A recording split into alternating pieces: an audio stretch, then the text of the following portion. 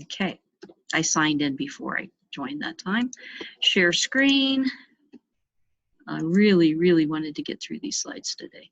MOSFET 2, and I know I was going to be pushing it, but close. So we talked about that. Now, we're right here. We're recording. Yes, we're recording. What are we going to do? We're going to apply, draw.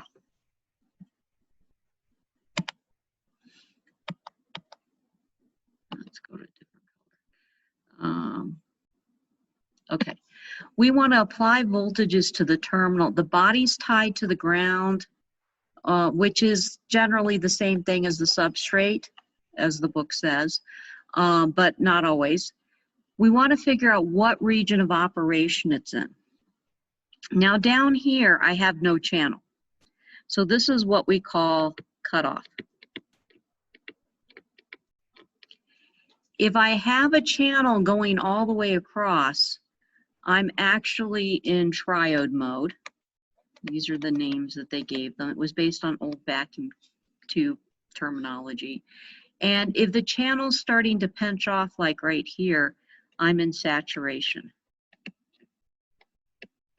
And where we use these is cutoff is my digital off. Triode is my digital on. We'll explain why a little bit later. We'll get to MOSFET digital 2. And saturation is for analog.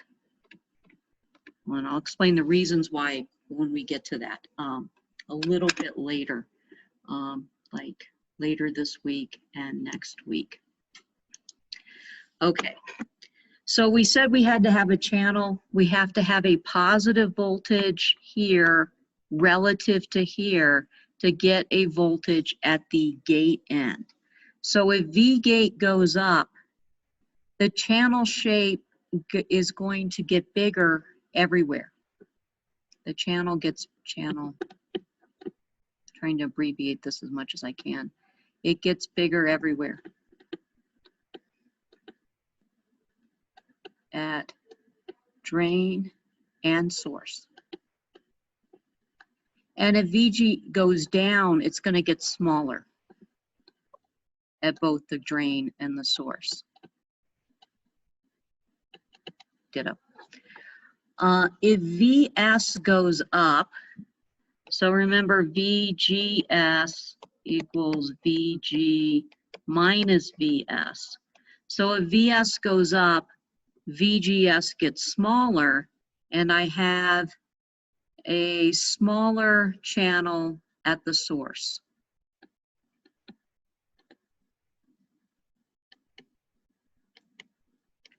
And if VS goes down, I have a bigger channel at the source.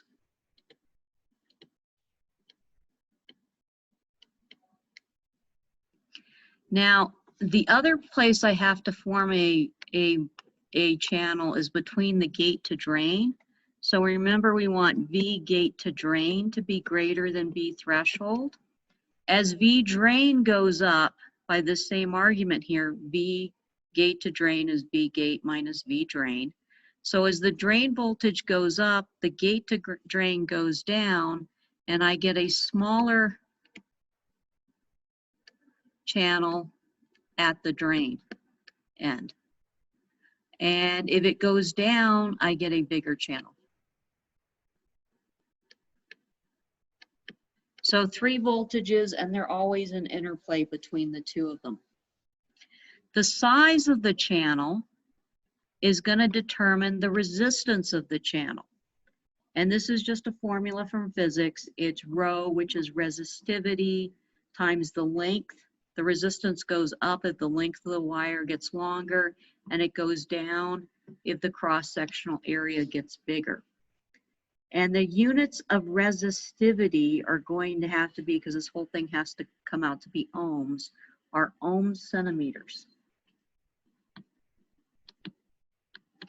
for semiconductor physics, or ohm meters, or ohm feet. people don't do that anymore. Okay. So as the channel area gets bigger, the resistance is going to go down. Like if I get a bigger wire, it's going to have less resistance than if I have a really tiny little narrow wire. Okay. Now VG is fixed. What we're going to do is we're going to generate a family of curves. What we want to do is we want to fix VG, and V source in this case is also fixed. So we're going to fix VG and VS. And we're going to increase VDS. So what we're plotting here is ID versus VDS for a fixed VGS, and it's greater than VT. What's going to happen as I increase VDS, the channel keeps getting bigger, and so the resistance starts to drop, and eventually we are going to hit saturation. And I'll explain why that happens in a minute. So I'm going to get a curve that kind of looks like this. The channel shape is going to start out something like this. And as I increase VD, my VGD gets smaller, and I'm going to decrease the channel at the drain end, and that's kind of exaggerated, but this is as VD increases. So eventually I'm going to get to a point as VD increases where I can't push any, the resistance of my channel is getting higher at roughly the same rate as the voltage is trying to drive more current through there, and it kind of evens out. That's called the saturation region because you've saturated the device with current. You've gotten as much current as you can get out of it for that particular VGS. So this is what the curves look like, right? As VD, and this I think what I said in the last slide, as VD increases, the channel keeps getting shallower at the drain end. So the R channel goes up, and the slope of this curve starts decreasing as the resistance starts increasing. And eventually it will get to a point where we have a constant slope. We call that the saturation region, and we'll use that for analog. The triode is my digital on region.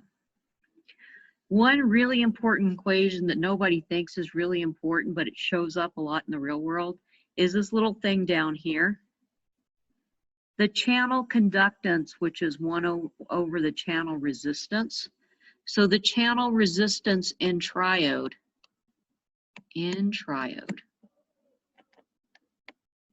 is 1 over Kn prime. We can get that off the data sheet. W over L VOV.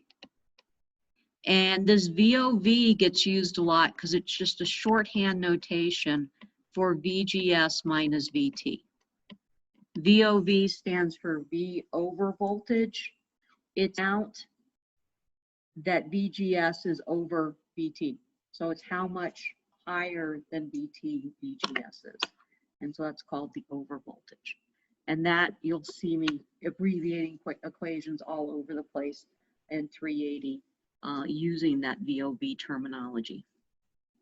For now, this is just your introduction. Okay. So if I think about graphs of ideal devices, this blue line here is giving me a constant current no matter what the voltage. So it's like an ideal current source. And the red line's giving me a constant voltage no matter what the current is. So this is like an ideal voltage source.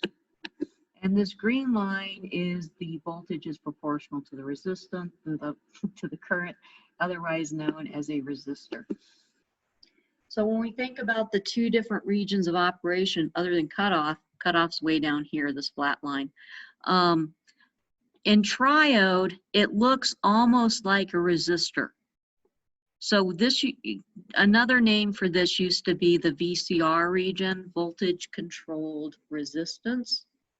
And in saturation, because the resistance changes with voltage, it's not exactly a constant. In the saturation region, it looks like a current source.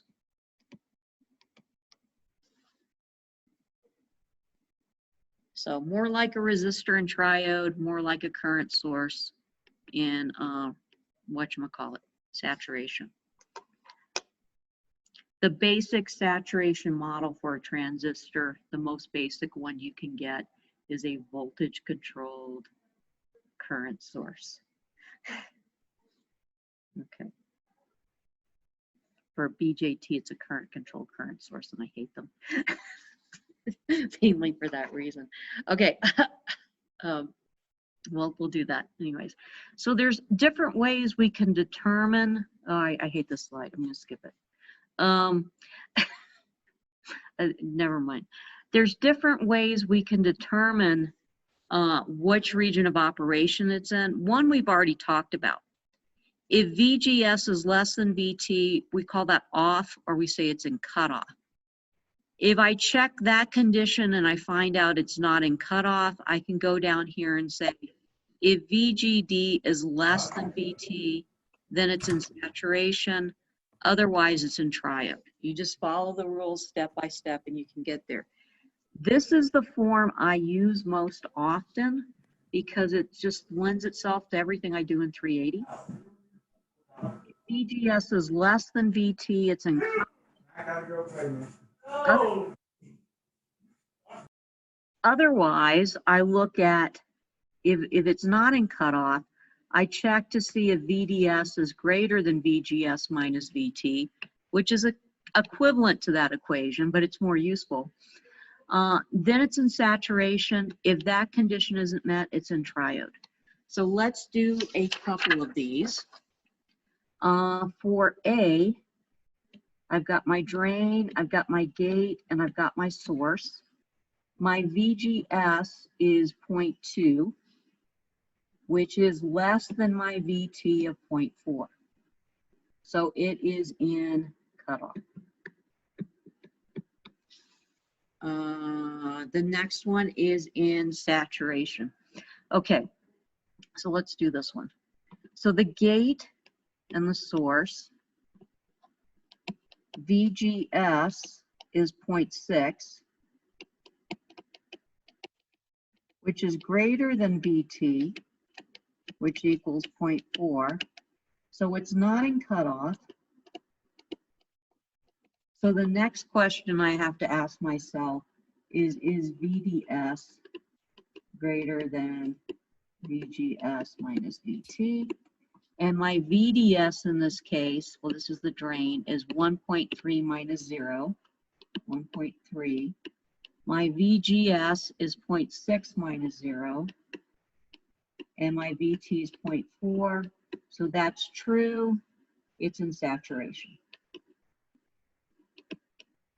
And let's find one that is in D, in triode. I can do these quickly. In triode, we've got the gate, the source, and the drain are still in the same place. My VGS is what? 0.9, which is greater than 0.4. So again, it's not in cutoff. And then I check and see, is VDS greater than VGS minus VT? I usually put an equal there because I like the saturation current equation better. The current comes out to be the same, and it's the saturation current equation is easier.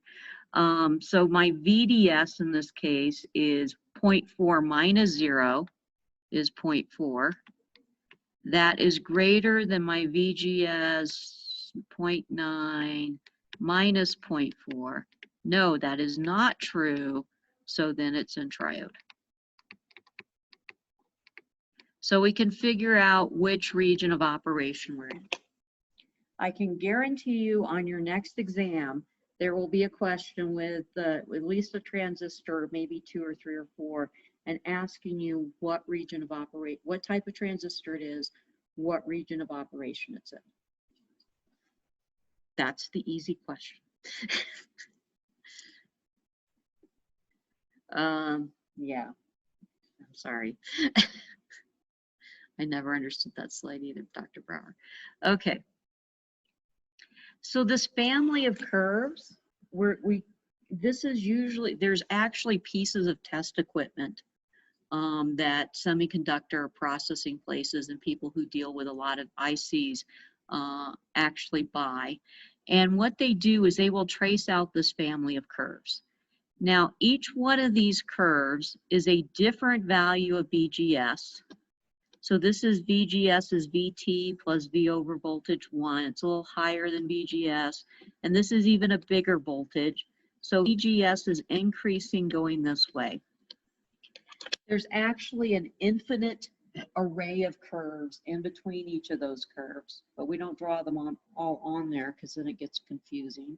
You draw them in like 0.1 volts, 0.1 volt steps, or whatever steps you want to draw them in. And then for each value of VGS, as you increase my VDS, this is the VDS axis, the current starts to increase rapidly at first and then saturate and go flat. Since these regions are so distinctive, we have 3 different current equations for the 3 different regions. And I fixed this. It used to be like a match thing. Cutoff is when ID is 0. My very favorite current equation. My second favorite current equation is this one, saturation. It is 1/2 this parameter called Kn prime that you are, well, for purposes of 280, it will be given, times the size of the transistor, which is in the W, the width of the transistor divided by the length, times the over voltage squared VGS minus VT. There is absolutely no dependence on VDS. If you look at the saturation region, as VDS increases, the current doesn't increase at all. So VDS is not part of that equation. Now in triode, the current's increasing as VDS increases. So the current equation is a little bit more complicated. It's Kn W over L, VGS minus VT times VDS minus 1/2 VDS squared.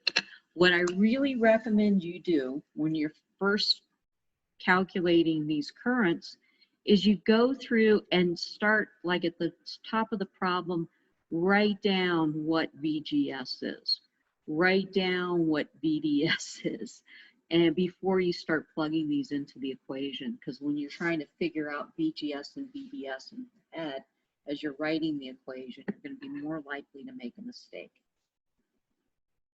Now, these current equations work exactly the same for NMOS and PMOS. It's one of the few things that does.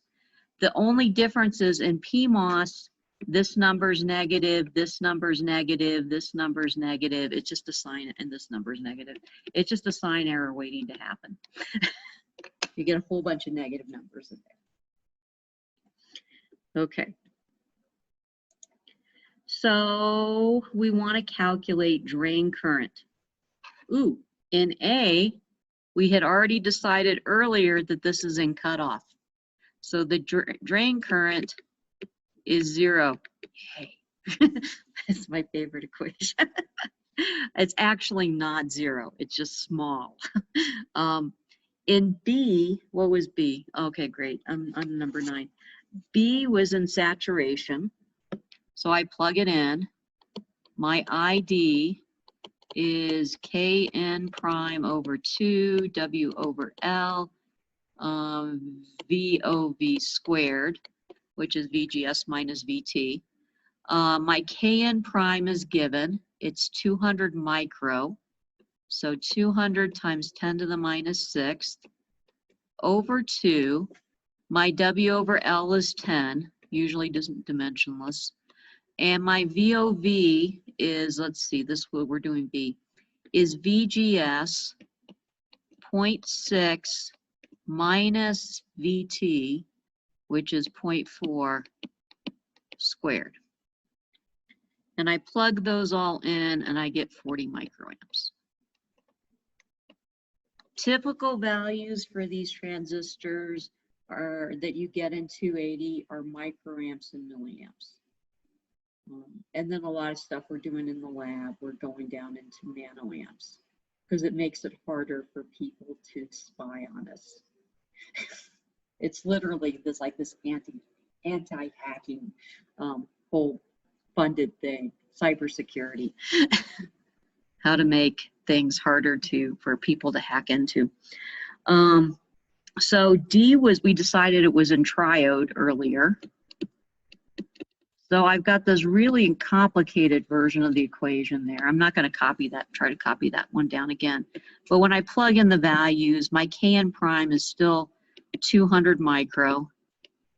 My W over L is still 10. Now I've got this whole big expression, VGS minus VT, VGS 0.9 minus 0.4, VDS, and I look at this is going to be 0.4 minus 0 is 0.4. And again, writing these down will keep you from making a mistake. I've been doing this for so many years that it's just like 0.4 squared. And when we calculate that 1D in triode for that particular transistor and those voltage levels, I get 240 microamps.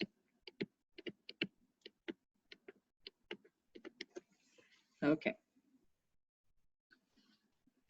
So all of these transistors, they're worked out in the slide solutions, and you get to do it on the homework too. So you get some practice. If you want to see the detailed write out of all those, I recommend looking at the slide solutions. Okay. Now, in the real world, these curves don't look like this. What happened as the transistors kept getting smaller, they started to see this effect that it looks more like this. And as transistors got smaller and smaller, that curve kept getting steeper and steeper. And then they went to a new processing technology called FinFETs, and then they started flattening out again. Now there's two ways we can handle this. And it's one or the other, but not both. And I have a hard time getting, okay. The first thing we could do is we say we have this channel length, well, the channel length modulation applies to both of them. What's going to happen is the channel, as I move the drain voltage higher and higher, this end of the channel kind of gets cut off because the VGD gets too low to have a channel at that end. And so the effective length of the channel is shorter.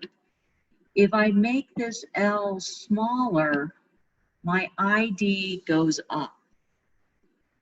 So they call this channel length modulation. And there's a couple of ways I can model this effect. This is what I mean by the either or.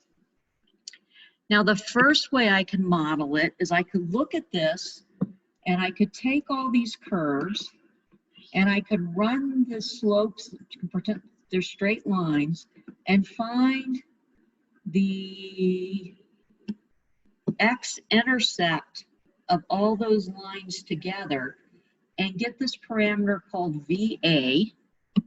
And VA is what people usually measure, and it's the magnitude of VA that matters. And VA is called the early voltage. And this is not spelled wrong. It was named after a guy. The early voltage. Now, this formula here asks for lambda. And don't just make me shut up about lambda now. I'll kill you on that. Like, there's multiple lambdas in semiconductor processing. Another way of stating that is we could say that lambda is 1 over the early voltage.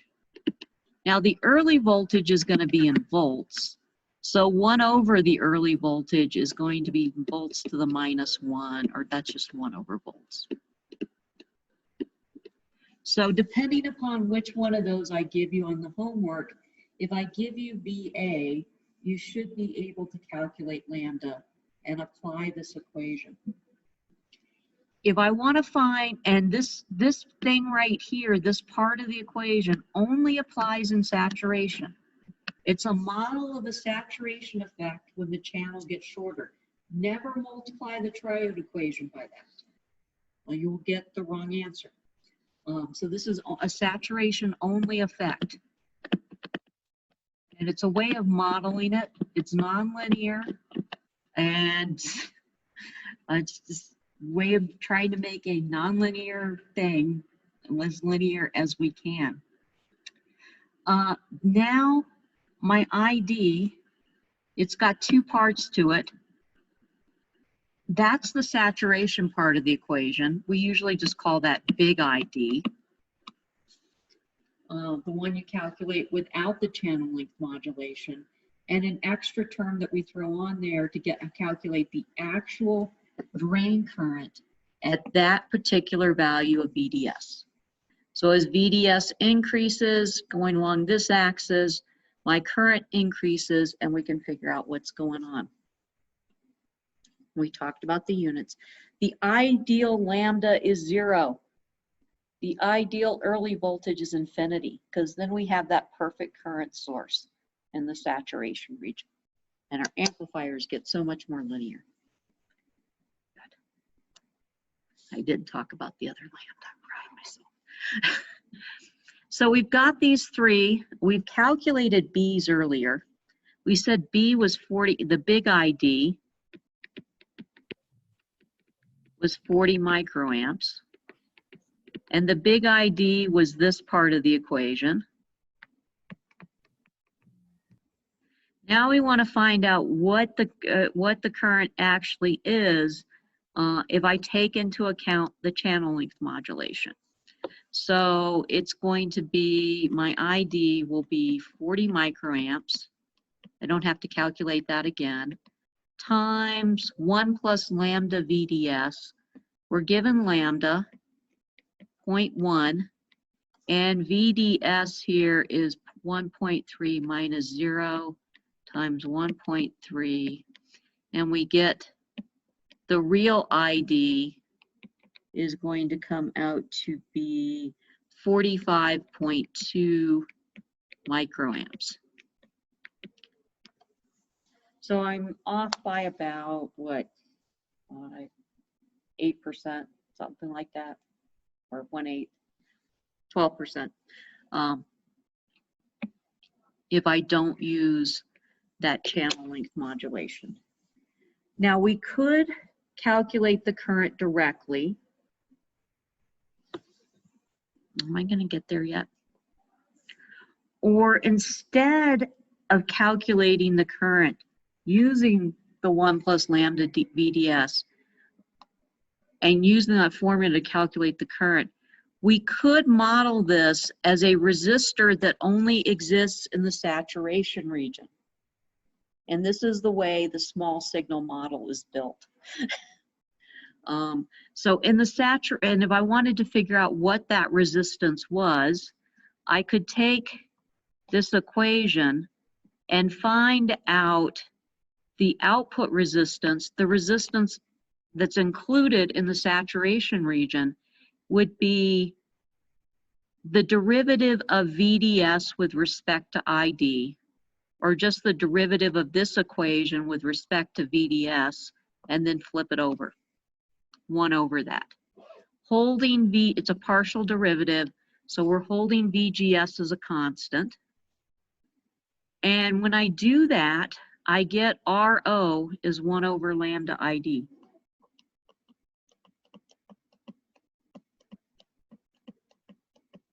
So I can either calculate the current at that particular value, or I can throw a resistor into my circuit model for this transistor that has a value of 1 over lambda ID, And of course, this will also equal the early voltage over ID. Either way we can do it. It's not a real resistor. Little RO, I keep telling my 380 students this, little RO is not a real resistor. It's a model that allows the current to increase.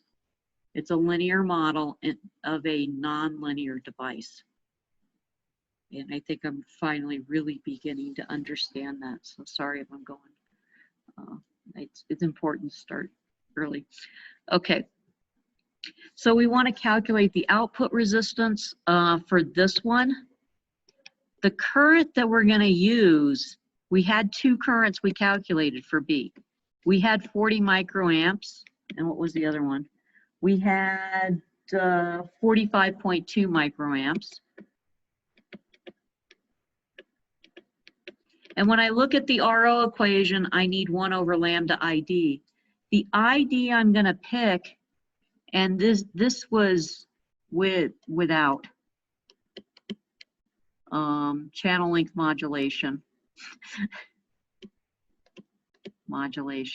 This is with channel length modulation. So the ID I'm going to pick is the one without channel length modulation because it's a second way of modeling this effect. I don't want to model it twice because then I get the slope is just increased a whole bunch. So I start out with the big ID and I calculate RO, and occasionally you'll see me doing this too, making this mistake, using the wrong current.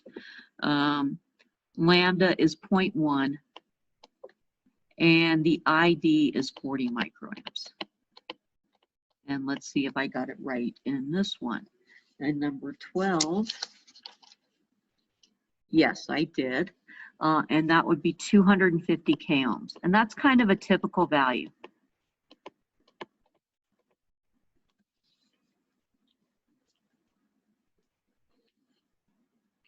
And all the others are also done in the slide solutions. Wow, I'm going to do this. I believe in myself now. Okay, I thought I was crazy trying to do this all in one day. Okay, but then I conceptualized a lot of it. I think I narrowed it down. PMOS is upside down. NMOS, it's the same as NMOS, but it's reverse. What reverses is the tricky part. The first thing is the source goes up. The arrow is going into the device, indicating that current is flowing this way. The gate's still here and the drain goes down. For MOSFETs, some people miss this. There's no current going through the gate, so KCL tells us that the current through the source is going to equal the current through the drain. No one ever talks about the source current in a MOSFET because it's always just the same as the drain current. Okay. Things that change sign, VTP is now less than 0, so it's effectively changed the sign. The body gets tied to the highest voltage because the body is going to be N-type, and we want to keep the PN junctions reverse bias. So I'm going to tie the body to VDD. It's the same equations, current's coming out of the drain now instead of going into the drain because we've reversed that little arrow direction. Now the operating regions, similar argument here. Thank you. Love the if statements. Yes, it's like the only program. It's the pseudo code makes perfect sense to me. It's real code when I have to get all the semicolons in the right place that drive me crazy. Oh, I got off the programming project, so I don't have to do 310 anymore.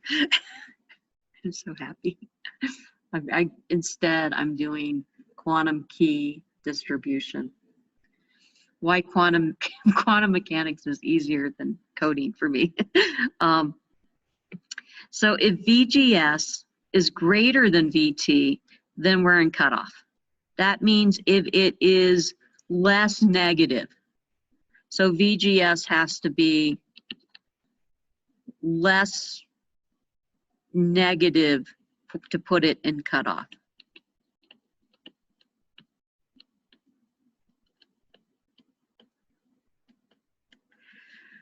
Now, again, I have to form a channel at the drain end to put it into triode. So the else is if VGD is greater than VTP, then I'm in saturation. Otherwise, I'm in triode. And I summarize that. It's the hardcore summary is in the exam review slides, but I probably put that someplace else too in here. I hope so. So if we just look at this for PMOS, remember PMOS and NMOS, figuring out the operating region is different. Calculating the current, we use the same equations. So now I've got a gate, a source, and a drain. So my VGS, let's do A. My VGS in this case, and I always write it down, is 1.6 minus 1.8 is negative 0.2, because I've got to think a little bit more on these negative inequalities. The other one I'm going to need to know for this is VGD. And VGD is 1.6 minus 0.5 is positive 1.1. So is and my VTP is negative. So VGS greater than VTP. My VGS is negative 0.2. My VTP is negative 0.4. Negative 0.2 is bigger than negative 0.4. So that works. Then we're in cutoff. This was number 13. Yeah. So for H, that wasn't A, that was G. Just for the record. H, if I look at that, my gate to source voltage is 1.2 minus 1.8 is negative 1.6. And this is the way I would do this, negative 0.6, if I was you doing the homework, just starting out. My VGD, gate to drain, is 1.2 minus 0.5 is 0.7, positive. And then I go through these. Is VGS greater than VTP? VGS is negative 0.6. Is that greater than negative 0.4? No, it's not. It's not in cutoff. And then the next one is VGD.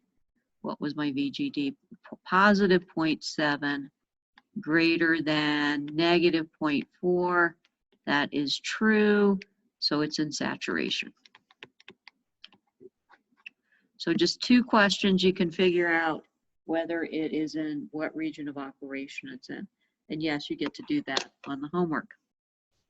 Oh my gosh, I can't believe I did this. Okay, so this is yet a second curve trace that people do.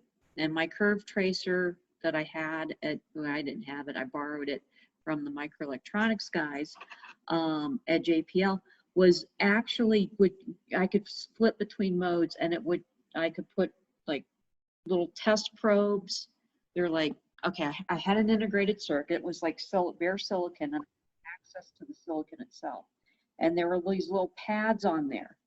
And what I had is I had probes, and the probes would come down, and they were really sharp, and I usually have to scratch the oxide off a little bit and make contact with those pads on the 4 terminals of the transistor, tell my little piece of test equipment which was which terminal of the transistor, and then it would just go and automatically measure these curves. And we did this with our test devices because we had a lot of custom ICs made, and we wanted to verify that, first of all, the numbers for Kn prime, mu, Cox, and all that stuff that they put on the data sheet really matched what we had, and we could verify that. And so that was really what we were doing, is just verifying that.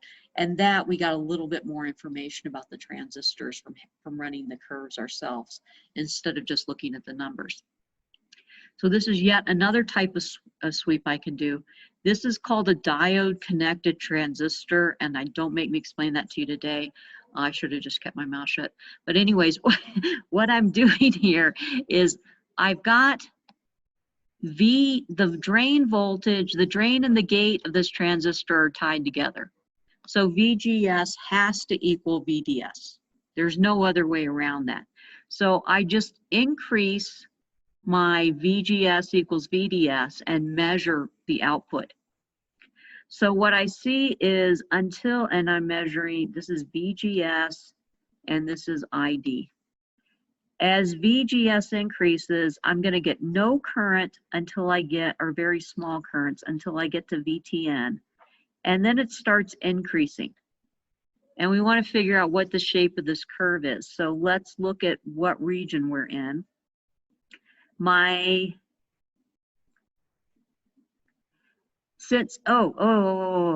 magic to this. VDS equals VGS. So I could subtract it off of both sides of the equation and get 0 is greater than negative VTN. And that will always be true in that region. So this must be saturation. And in saturation, my current equation looks something like this. Kn prime over 2 W over L, I'll write the long way, VGS minus VT squared. So this is going to be a quadratic. You're expecting that curve to be parabolic if everything's ideal. All kinds of things you can derive from looking at one little graph. This you don't care about until we get to 380, but there are errors in Cedra-Smith 6. I think it was corrected in the 7th edition, and usually people come to me and their answer's off by a factor like femto, because they forgot, you know, they get like a delay in teraseconds or something like that. So it's because that equation really needs a C in the numerator, and it's kind of obvious because the equation right above it for the high to low delay, then you have the low to high delay. One of them has a C in the numerator and one of them doesn't. So it will jump out at you or not. If you find errors in the book, the online solution quizzes are my solutions. If you're the first person to find it, I do give you bonus points. Especially if you fix it. I should tell you guys this, because on the homework for today, I give you answers for some of them, and I corrected the answers on my solution. I forgot to correct them on the homework sheet. So for number 4, for number 4A, the actual width is 2. I'm off by a factor of 10. 2.83 micrometers, and the Q was correct. For 5, I got both of them wrong the first time I went through this. CJO should be 43.6 femtofarads, and CJ should be 14.6 femtofarads. And somebody emailed me, and it was like, I looked at my solution and I go, well, those numbers are obviously wrong. Gave the person bonus points and then went and corrected my homework. So that won't happen again next semester. I corrected the solution and not the homework. Too many things to correct. Okay, one more slide. We're going to go back to this. This will make more sense now, I hope. When we're using a transistor for switching, so this would be like, this is going to an Arduino. This is coming from a big power supply, like a deep cycle marine battery or something like that, that can pump amps, multiple amps at a time. And this is going to, of course it stopped. This is, draw with touch. This is going to a motor. Now, normally, if I tried to turn the motor on and off using the power from the Arduino, it would not work really well because the Arduino can only drive like 40 milliamps or something like that. So if my motor won't turn with 40 milliamps, it's serious amperage here. So I take this from a battery. I use the Arduino to control when the motor's on and when the motor's off. When the voltage is low, the motor's off. When the voltage is high, the motor is on. And all the current for the motor is coming off of this big battery. So I can use a small signal device to pump current through a power circuit. This is called a series pass transistor, and people use them all the time. It's a form of digital logic if you think about it. It's NMOS logic. The beauty of this is that in the on state, we're in triode. Well, yeah, this I should have just stuck this at the end. I added this slide. This is a Julie slide. In the on state, VGS is greater than VT, but my VDS, this axis right here, is really small, usually like 1/10 of a volt or so if it's a power circuit, and the VDD only supplies power when the MOS is on. The conduction loss in the transistor, the heating in the transistor, the thing that will make your transistor blow up, is how much power you're conducting through the transistor, is the VDS on times the ID on. And since VD is low and ID is high, you get a fairly low power. In the off state, there's no power consumption coming from anywhere. And the Arduino is not supplying any power to that circuit. So that was about it. That was as far as I did that. And I still had extra time. Ibrahim, are you here? Lauren, I think you said you were going to miss class today and watch the video. Mark. Yes, I'm here. Yay. Wait, that was Ibrahim. Mubarak. Oh, Mubarak. No, okay. Mubarak, you're already marked here. Okay. Okay. All right, so I will see you guys on Wednesday. Somebody's asking a question.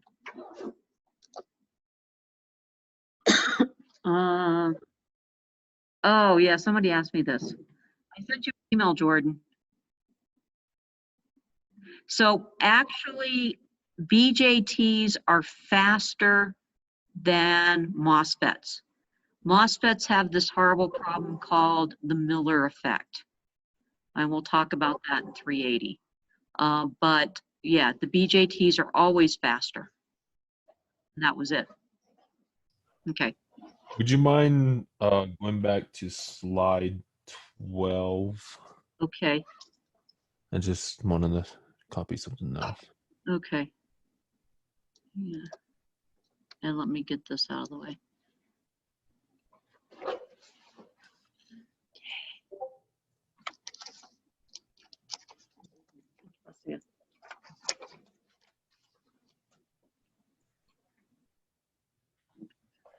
Just 1 second. We'll see what Jack. I'm pretty sure it was Jack. Oh. Okay. Yeah.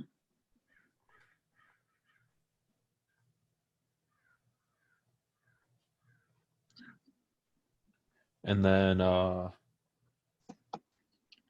slide 5, real Slide. quick. Yes. Now what I wrote is on the, it gets deleted when I lose my whatchamacallit, when I lose my connection. But this is NMOS. Let me just put N's and P's. This is P.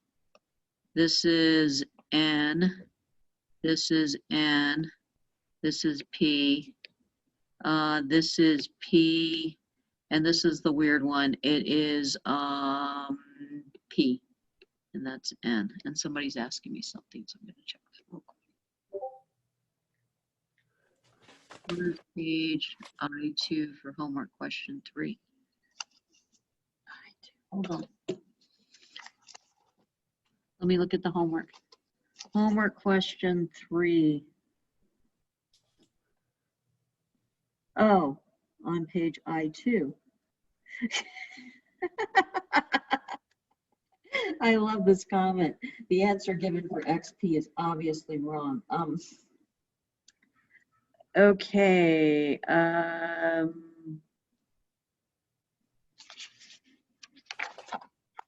I'll just give you the answers for them. For A, it would take me several minutes to figure out what the heck I was talking about. For A, it is 0.635 volts is the V0. For B, W is 950 nanometers. CXN is 864 nanometers. And D, it's 86.4 nanometers. Does that help? Okay, thank you. Okay. Okay. I don't even know what that means. On page I2. I gotta fix that too. Who said that? That is worse than, like, that's worse than points too. Michael.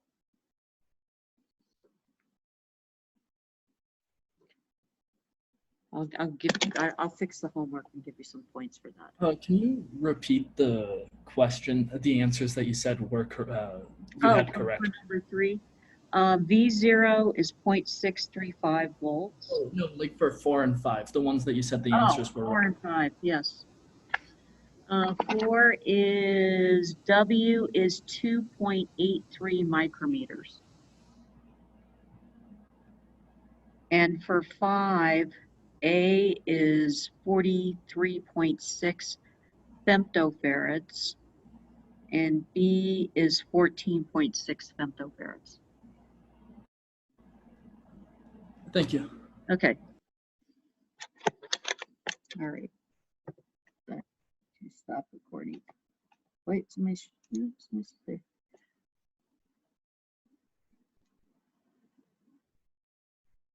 You don't have, if you're drawing a schematic and it's by hand or if it's on the exam or something like that, if you don't put the arrow on there, I'm okay. But generally you put the bubble on PMOS is what I do. I draw them like this. If I'm doing hand schematics, it's like this. This is the NMOS, and on NMOS I always put the drain up, so I don't need the arrow. And for PMOS, I always put the drain down, so I don't need the arrow.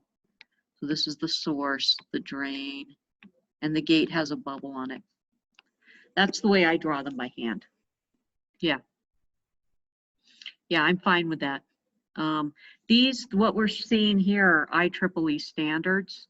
So you'll see those in like computer schematics. Okay. And I think we're down to, I'm just going to go stop share. And